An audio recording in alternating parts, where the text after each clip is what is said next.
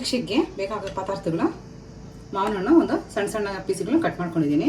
ಯಾವುದೇ ಜಾತದ ಮಾವಿನ ಹಣ್ಣಾದ್ರೂ ಪರವಾಗಿಲ್ಲ, ಕಟ್ ಮಾಡ್ಕೊಳ್ಳಿ. ಮತ್ತು ಐಸ್ ಕ್ಯೂಬ್ಸ್ ತಗೊಂಡಿದ್ದೀನಿ, ಮತ್ತು ಸಕ್ಕರೆ ಒಂದು 5 ಸ್ಪೂನ್ ತಗೊಂಡಿದ್ದೀನಿ ಅಷ್ಟೇ, ಯಾಕೆಂದರೆ ಒಂದೇ ಮಾವಿನ ಹಣ್ಣಲ್ಲ ಅದಕ್ಕೆ.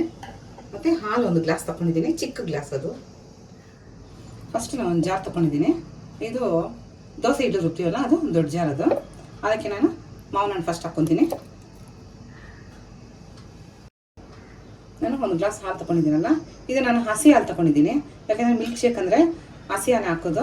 ನೀವು ಬೇಕಿದ್ರೆ ಹಸಿ ಹಾಲು ಬೇಡ ಅಂತ ಹೇಳಿದ್ರೆ ಕಾಯಿಸಿ ಸಹ ಹಾಕ್ಕೊಳ್ಳಿ, ಚೆನ್ನಾಗಿರುತ್ತೆ. 1 ಗ್ಲಾಸ್ ಹಾಲು ಹಾಕಿದ್ದೀನಿ. ಮತ್ತು ಐಸ್ ಕ್ಯೂಬ್ಸು ನಾನು 2ರಿಂದ 3 ಹಾಕ್ಕೊತೀನಿ. ಫಸ್ಟ್ ಇದನ್ನು ಮಿಕ್ಸ್ ಮಾಡ್ಕೊಂಡ್ಬಿಡ್ತೀನಿ, ಆಮೇಲೆ ಸಕ್ಕರೆ ಹಾಕ್ತೀನಿ. ಮಿಕ್ಸಿ ಮಾಡ್ಕೊಂಡಿದ್ದೀನಿ ನೋಡಿ. ಇವಾಗ ಸಕ್ಕರೆ ತೊಗೊಂಡಿದ್ವಲ್ಲ, ಆ ಸಕ್ಕರೆ ಹಾಕ್ಕೊಂಡು ಮತ್ತು ನೀರು ನಾನು 1 ಗ್ಲಾಸಷ್ಟು ನೀರು ಹಾಕ್ಕೊತೀನಿ. ಇವಾಗ ಮಿಕ್ಸಿ ಮಾಡ್ಕೊತೀನಿ, 1-2 ನಿಮಿಷ ಸಾಕು ನೋಡಿ. ಆಗಿದೆ. ಇವಾಗ ಸರ್ವಿಂಗ್ ಗ್ಲಾಸಸ್ಗೆ ಹಾಕೋಣ ನೋಡಿ. ಎಷ್ಟು ತಿಕ್ಕಾಗಿದೆ ಮತ್ತು ಎಷ್ಟು ಕಲರ್ಫುಲ್ ಆಗಿದೆ ನೋಡಿರಿ. ಸಮ್ಮರಲ್ಲಿ ಹುಡುಗರು ಮಾಡಿಕೊಟ್ರೆ ತುಂಬ ಖುಷಿಯಾಗಿ ಕುಡಿತಾರೆ. ದಿನಕ್ಕೆ ಒಂದೊಂದು ಮಾಡಿಕೊಟ್ರೆ.